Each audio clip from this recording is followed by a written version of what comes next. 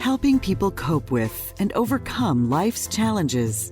This is Life Transformations with Michael Hart, Canadian certified counselor and award-winning psychotherapist. Thank you for joining us on this episode of the Life Transformation Show. In today's show, Michael will be doing part 2 of last week's show entitled Psychosomatic Illnesses, the Suffering of Job, and he will be using the biblical text in Job 2:7-10 and Job 7:13-20. He will be covering how to identify if you have this illness and how to recover from it. If you're new to this show, we're on the air every Monday at 9:30 a.m. You can find out more about our not-for-profit organization by going to elimcounselingministry.com, Elim is spelled E-L-I-M, counseling with 2 L's, ministry.com, or by calling 1-877-544-3546. Elim is a professional counseling organization that provides professional counseling from a Christian perspective. Your donations help us to stay on the air and to provide subsidized counseling to those who can't afford it. Let's go right into today's show. It is so good to be in studio today, and I want to thank you for joining us again on this episode of the Life Transformation Show. In part 1, last week's show, Psychosomatic Illnesses, the Suffering of Job, we introduced the idea that Job's state of mind may have exacerbated his symptoms, and that aspects of his suffering could be classified as a psychosomatic illness. In defining psychosomatic illness, we said psychosomatic is made up of 2 Greek words, psyche, which means soul or the mind, and soma, which means body. So putting those 2 terms together, we get the term psychosomatic. So a psychosomatic condition is one where psychological factors such as stress, anxiety, and depression give rise or significantly contribute to the development, worsening, or continuance of physical symptoms.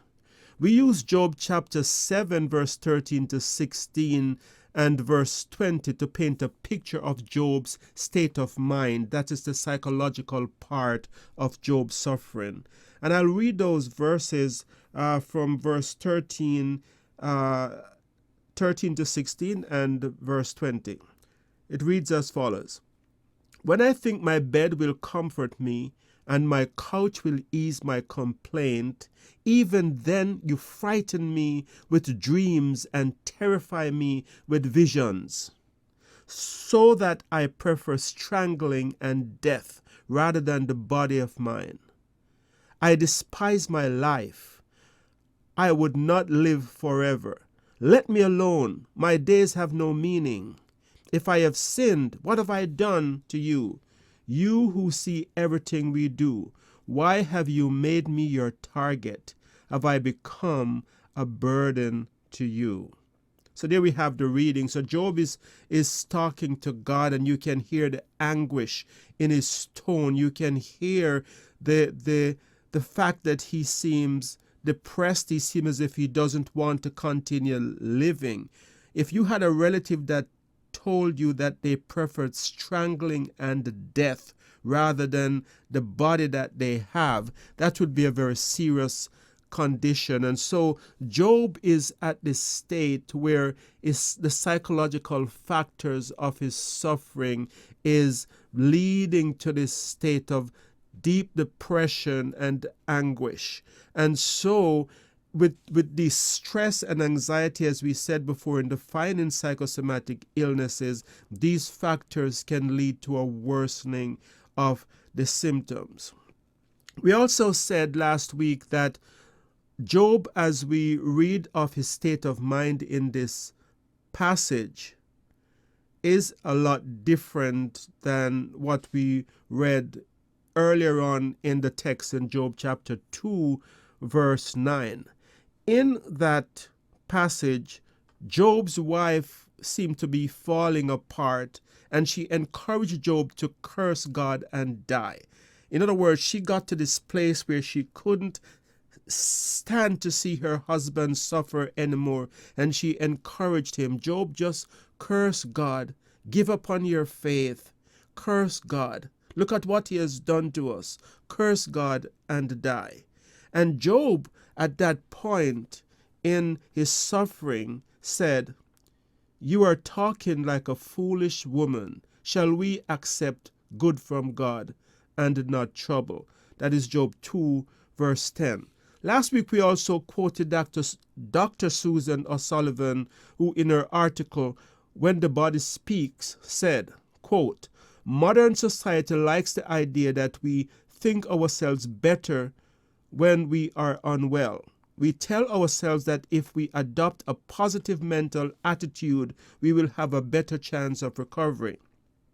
I am sure this is correct, but society has not fully woken up to the frequency with which people do the opposite unconsciously, think themselves ill." Unquote. In that article, Dr. O'Sullivan also went on to talk about psychosomatic illnesses, and she said, quote, "Psychosomatic disorders are physical symptoms that mask emotional distress," unquote. So what she's saying in that article is that there are times when there are psychological factors that are not dealt with that manifest itself in bodily symptoms. So what could have been the psychological factors that Job has not dealt with in his life? We said last week also that Job had suffered tremendous trauma. His 10 children died in a natural disaster. And Job's way of dealing with that was to worship God. And there is no mention of Job getting in touch with his pain. There is no mention of anything that he did that showed that he mourned the loss of his children. So it's quite possible from that Job has not dealt with his suffering, and as a result of it, dealt with his trauma, and as a result he is suffering from physiological symptoms as well. In other words, his body is manifesting symptoms as a result of not dealing with the trauma. If you have missed part 1 of the show, we encourage you to go to our website, elimcounselingministry.com, and you can search for psychosomatic illnesses, the suffering of Job. Our website will take you to our YouTube channel where you can find that podcast and many other podcasts that we have done, many other shows that we have done as well. In this second part of the show, we will be focusing primarily on how to identify if you have a psychosomatic illness and what steps you can take to overcome that illness. So here are 5 signs of psychosomatic illness. If you have any of these 5 symptoms or more than one of these, there's quite a good possibility that what you have is a psychosomatic illness. So number 1 is doctors cannot find an explanation for your sickness. You have done all the tests and they just can't seem to find anything wrong with you, but you're still feeling the pain. And let's keep in mind, as we said last week, that psychosomatic illness is real. We're not saying that the person is making up their suffering. This is very real pain and real physical symptoms that is being felt by the person who has psychosomatic illness as a psychosomatic illness. But for in terms of the medical field, the doctors are having a very hard time, or usually have a very hard time, finding out what's the cause of the illness. So they will send you to do all the tests, the MRIs, and they will do the X-rays, and they will do the blood work, and nothing will show up as being unusual in the tests that you have done. Number 2 is if your sickness does not improve as expected after receiving the prescribed treatment. So you might be sent to specialists. The specialists have done all that they can do, but despite that, the sickness persists. Number 3, your mental health is deteriorating as a result of the physical symptoms. So you're becoming depressed, you're becoming anxious, or you're becoming fearful, or all of the above. And so if you're having a decline in your mental health, it is quite possible that your mental state is either maintaining the sickness, causing it, or exacerbating the physical conditions that you have. And we see this in the book of Job, because we read that Job was suffering from nightmares. And if he's suffering from nightmares, then we can see how this would make his body further decline, because the kind of nightmares he's having, where he's saying that he feels as if God is terrifying him in his sleep, then he's not sleeping. He's probably going to be tired the next day. His immune system is going to be affected, and then the physical symptoms could develop more, or he could have other physical illness as a result of the state of his mental health. Number 4 is, if you have family members or doctors who are concerned that you have become too preoccupied with your symptoms. They feel that you're just talking about the symptoms too much, and the illness has taken center stage in your life to the sacrifice of everything else. This could be a sign that you're suffering from a psychosomatic illness. This is how relatives often feel about a person with a psychosomatic illness, that the illness has just taken over, and that's all the person talks about, and it becomes the focus of the person's attention. They're alarmed by the symptoms that they have, and they're preoccupied. And so the fear and the anxiety is behind that, right? So any sign that the illness is there or is worsening creates a crisis. And there's a sort of vicious cycle that develops as a result of that. And number 5, your physical symptoms started after a particular stressful event in your life. So maybe it's after the loss of a job and you have suddenly become sick. Maybe it's after the breakup of a marriage and you have suddenly become sick. And so if you have, or maybe it's after a trauma that you have suffered, and you weren't injured in the trauma per se, but then there are psychological symptoms, or physical symptoms I should say, that developed after that. We see this in the story of Job. Job lost his children. His 10 children died in a natural disaster. And shortly after, Job became afflicted with boils. We know the physical explanation, that he was afflicted by the devil with this physical illness. But this is also the case in a lot of psychosomatic illnesses, where after trauma, people develop physical symptoms. Sometimes it's immediately after, sometimes it can be years after, because the trauma is not resolved, and the stress hormones in the body over time leads to these physical symptoms. So there are the 5 possible signs that could identify that you have a psychosomatic illness. So here are some of the common psychosomatic illnesses that was listed by the University of Michigan as common psychosomatic illnesses: stomach pain, headaches, chest pain, fatigue, limb pain, back pain, difficulty breathing. These are just a few of the common psychosomatic illnesses that people have. Fatigue is becoming more and more a common one. Many people with fibromyalgia and chronic fatigue syndrome, there might be an element of psychosomatic illness behind a lot of those diseases, and that is why it's not responding to the treatment, and doctors cannot find a medication that takes away the fatigue and the pain that people with these diseases are experiencing. But in many cases, people respond to psychological treatment. I've had many people over the years who have had these diseases, who have come in and who have worked on their psychological issues, the unresolved psychological issues in their life, and the pain stops, the fatigue goes away, and they're able to function again healthily and normally in life.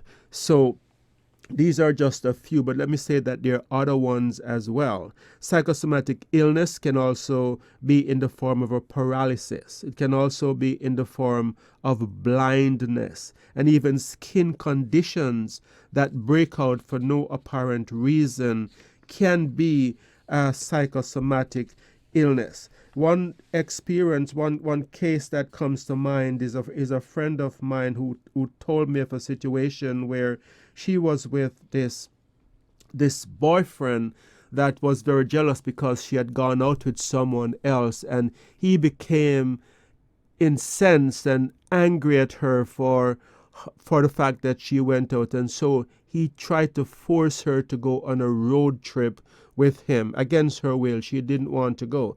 And as she told me the story, she said, I was driving and I'm going across this bridge, and all of a sudden I lost all power in my legs. My legs just gave out, and the car managed to come to a stop safely, but I was paralyzed. The ambulance had to be called, and she said she wasn't faking it. She was literally paralyzed. She couldn't walk for several days. And then the life returned to her limbs shortly after. So it wasn't a long-lasting paralysis, but she was paralyzed for a period of time. So if you have a psychosomatic illness, you can identify with any of what I have talked about here today. Let us get into the meat of the show, where we are now going to talk about here is what you can do if you have a psychosomatic illness. Michael will be right back. You have been listening to the Life Transformation Show, where award-winning psychotherapist Michael Hart of Elim Counselling Services has been speaking on the topic Psychosomatic Illnesses, the Suffering of Job Part 2. If you missed the Part 1, you can find it by linking to our YouTube channel on our website at elimcounselingministry.com, where you can also make a donation to this Christ-centered ministry. Back to Michael. Number one, the first step if you have a psychosomatic illness is to look for what is called secondary gain. And Freud describes secondary gain as an interpersonal or social advantage attained by the patient as a consequence of the illness. So it is some benefit that comes from being sick. In the case of my friend that I talked about in that example who became paralyzed, the secondary gain for her was that she was prevented from going on this road trip that she didn't want to go on. So it's as if her body literally said no and shut down. And as I said before, this is not being fake. It's a real paralysis. They have done studies that I talked about in last week's show where they get people to fake being paralyzed, and they examine others who are paralyzed as a result of psychosomatic illness, and there's a difference between the two when they study the brain waves of these two sets of people. So secondary gain, look for secondary gain. What is it that you are benefiting from by maintaining this illness? And here are a few things that could be at the root of it. Maybe it's a way of getting attention from people who you love, but you feel were not giving you attention before the illness. 2, it could be freedom from a job you hate. You're going to work every morning, and this sickness saves you from that because now you're disabled and you're on disability. You don't have to see that mean boss that, make you feel like you're no good every day. It could also be a way of preventing you from having to do something you hate, like in the case of my friend again, or fighter pilots who go blind before bombing raids that are very dangerous. And number 4, it could be keeping your partner in a marriage. Like if you become sick and your partner has to take care of you, then the benefit there is that you feel by doing so you're saving your relationship. Another thing could be revenge seeking. You're working hard and you're doing all of these overtime and you're not getting paid for it. And, it's really making you angry. And so you become sick. And now it's a way now where, subconsciously they're paying you for doing nothing because you are now getting paid for being disabled. The other thing too could be to decrease family tension. If you are sick, then your parents will stop fighting and the attention will be on you. And maybe your parents won't divorce because you are now sick and they have to focus, they have to be together in looking after you. It could be to get others off your back for something they were pressuring you to do. Students who become sick before starting university, for example, because they felt pressured. They were pressured to go into a course or course of study that they didn't really want to go into, and they become sick. The sickness serves as a secondary gain for getting them out of that. It could be that secondary gain could be you feel less guilty for not undertaking a task. If I am sick, then I don't have to feel so bad for not doing that thing that I know that I should be doing. Another secondary gain could also be that it could elicit the pity from loved ones who you view as being uncaring. This could possibly be the case of Job. Job may have been trying to get the pity of his friend. Could it be, I should say, that the preoccupation with his symptoms could that be a way that he was trying to get the sympathy of his friends? Job talked a lot about his symptoms, and this is currently the case with people who are suffering from psychosomatic illness. In Job Chapter 7, verse 5, Job says, "My body is closed with worms and scabs. My skin is broken and festering." And in 17:16, Job talks about his condition again when he said, "My face is red with weeping. Dark shadows ring my eyes." So there is this preoccupation with his body, what is going on in his body. And sometimes that's a way of trying to elicit pity from others. That's a secondary gain. Jesus, in his question to the man at the pool of Bethesda in John chapter 5, verse 6, that man who was paralyzed and by the pool, where Jesus said to him, "Do you want to be made whole?" That's a very profound question and could be what Jesus is saying. There's secondary gain in your life that you are getting from being paralyzed. And if you get well, are you ready to let go of those secondary gain? If you want to hear more about my talk on that passage, I did a show, a podcast on that called "The Fear of Success," in which I talked about how this man could have been afraid of success, and so he maintained his condition because he benefited from being in that state. So number one is the first step that I have just outlined here is to look for secondary gain, what it is. And if you can, then speak to a therapist who understands psychosomatic illness, and they will be able to help you to come up with what are some of the ways that you are benefiting from your illness.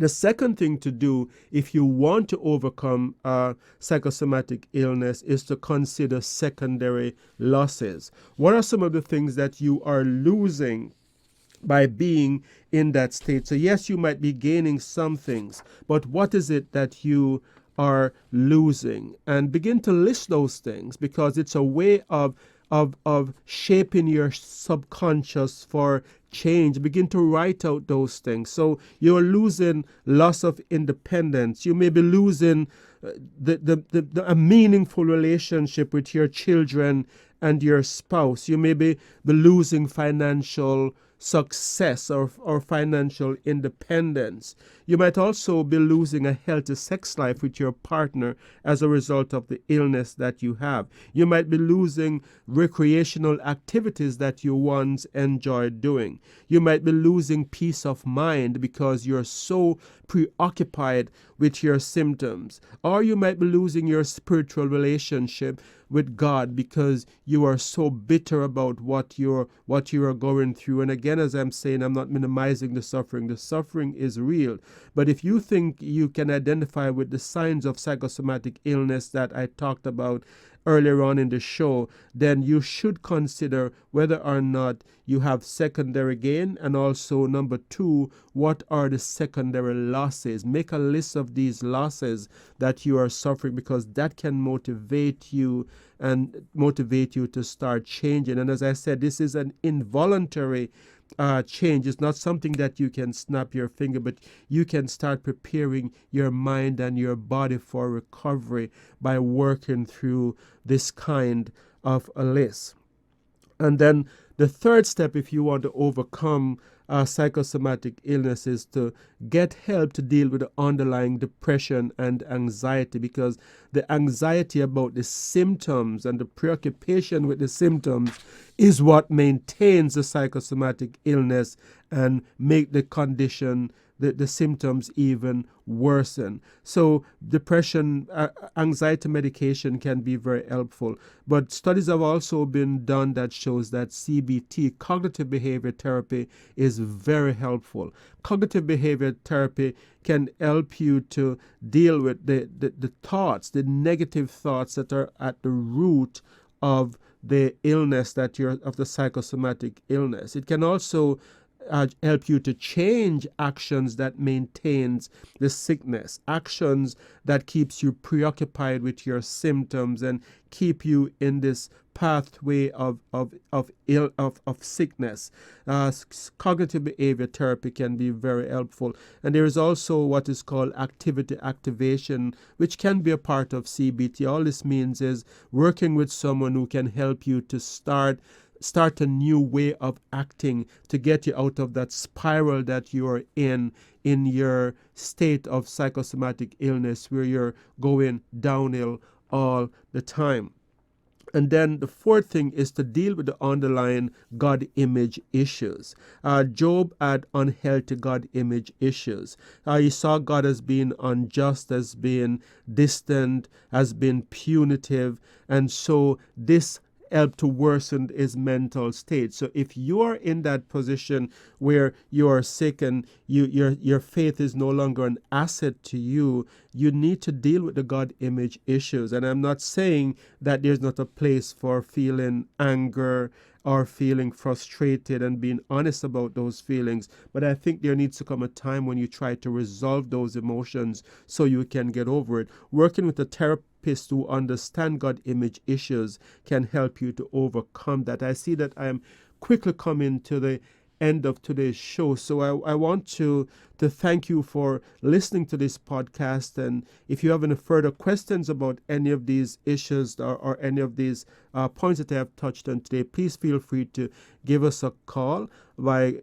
going to our website, elimcounselingministry.com. Elim is spelled E-L-I-M, counseling with 2 L's, ministry.com. We also want to remind you that we are not for profit organization, and so we depend on your contribution, your donations to stay on the air. We also want to tell you that this podcast, if you missed the first part of it, is on our YouTube channel that you can access by going to our website, elimcounselingministry.com. And so until next time, this is your host, Michael Hart of Elim Counseling Services, praying that God would bless you in all your relationships and to keep you sound in mind and pure in heart.